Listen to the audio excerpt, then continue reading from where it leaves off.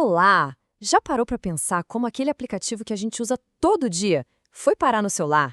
Pois é, não é mágica não. É um processo bem fascinante. Hoje, a gente vai fazer exatamente essa jornada, sabe? Desde a primeira faísca de uma ideia até um programa que realmente funciona. Vamos nessa? Fica a pergunta, né?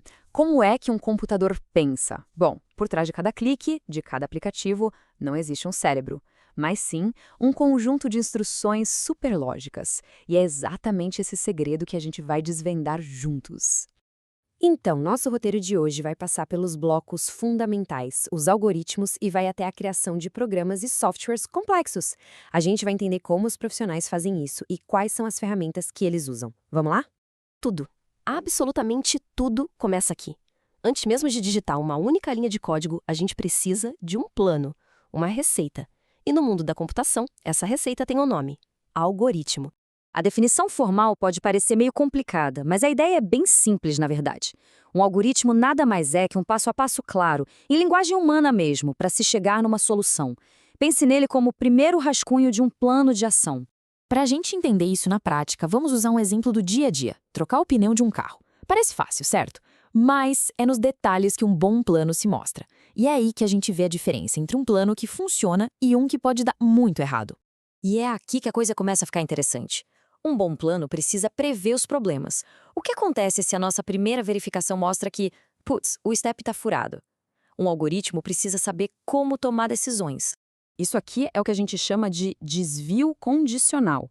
Dependendo de uma condição, o step tá bom ou não tá. Nosso plano segue por um de dois caminhos. Essa lógica super simples de se isso, então aquilo, pode acreditar, a base de praticamente todos os programas de computador que existem por aí. Beleza, decidimos trocar o pneu, mas agora tem outra tarefa: tirar vários parafusos. Será que a gente precisa escrever desparafusar o parafuso 1, depois desparafusar o parafuso 2 e por aí vai? Isso não parece muito eficiente, né? É exatamente para isso que serve a repetição, que a gente também chama de laço ou loop. Em vez de listar a mesma coisa várias vezes, a gente instrui o algoritmo a repetir a tarefa de desparafusar enquanto ainda tiver parafusos presos. Simples assim. Quando a condição ter um parafuso preso não for mais verdade, o laço para. Isso deixa nosso plano muito mais elegante e poderoso.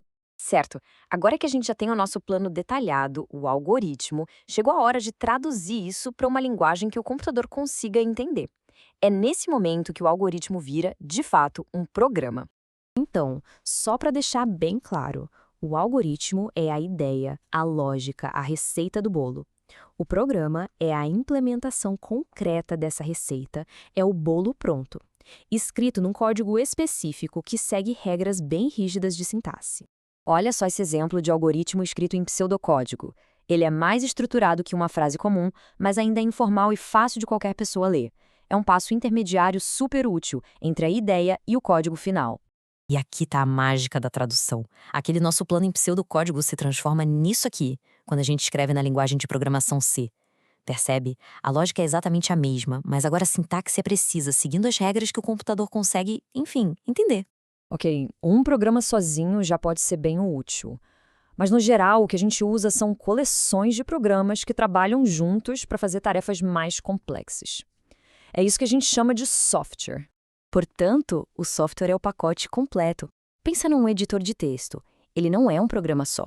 Ele é um conjunto de programas e dados que cuidam da formatação, da verificação ortográfica, da impressão, de tudo. E a gente pode dividir os softwares em duas grandes categorias. De um lado, tem o software de sistema, que é a base, o que faz a máquina funcionar. Do outro, tem o de aplicação, que é aquele que a gente usa para trabalhar ou se divertir.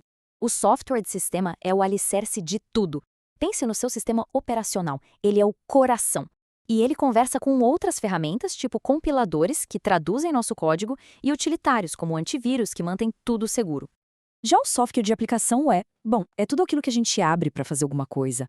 Planilhas, navegadores, editores de imagem e, claro, os jogos. São as ferramentas que a gente usa no nosso dia a dia. Criar um software de qualidade não é algo que acontece do nada. É um processo de engenharia bem disciplinado, que a gente conhece como o ciclo de vida do software. Vamos dar uma olhada nas etapas principais. Primeiro, vem a definição, que é onde a gente entende o problema a fundo. Depois o desenvolvimento, a parte em que a mágica acontece, o código é escrito e, claro, muito testado. Mas o trabalho não acaba na entrega, não. A fase de manutenção é importantíssima, garantindo que o software continue funcionando, seguro e melhorando com o tempo. Do mesmo jeito que um construtor tem várias ferramentas, quem programa também tem diferentes linguagens e jeitos de escrever código. Essas abordagens a gente chama de paradigmas de programação. O fascinante é que não existe só um jeito de falar com o computador. Essa tabela mostra 3 abordagens, ou paradigmas bem diferentes. O imperativo, o primeiro da lista, funciona como uma lista de ordens, passo a passo. O funcional, logo abaixo, já encara tudo como uma transformação matemática. E o mais popular hoje em dia, o orientado a objetos, enxerga o mundo como uma coleção de objetos que interagem entre si, tipo o nosso carro do exemplo. Mas, no fim das contas, não importa tanto a ferramenta escolhida. A lição mais importante é esta: a qualidade, a clareza e a eficiência do seu algoritmo inicial é o que vai determinar a qualidade do software final. Um plano sólido é, literalmente, a fundação de tudo. Então, passamos da ideia abstrata de um algoritmo para as ferramentas que constroem o mundo digital que a gente conhece. A questão que fica agora é, com esses blocos de construção em mente, que tipo de problema seria interessante resolver? A resposta pode ser o começo de algo incrível.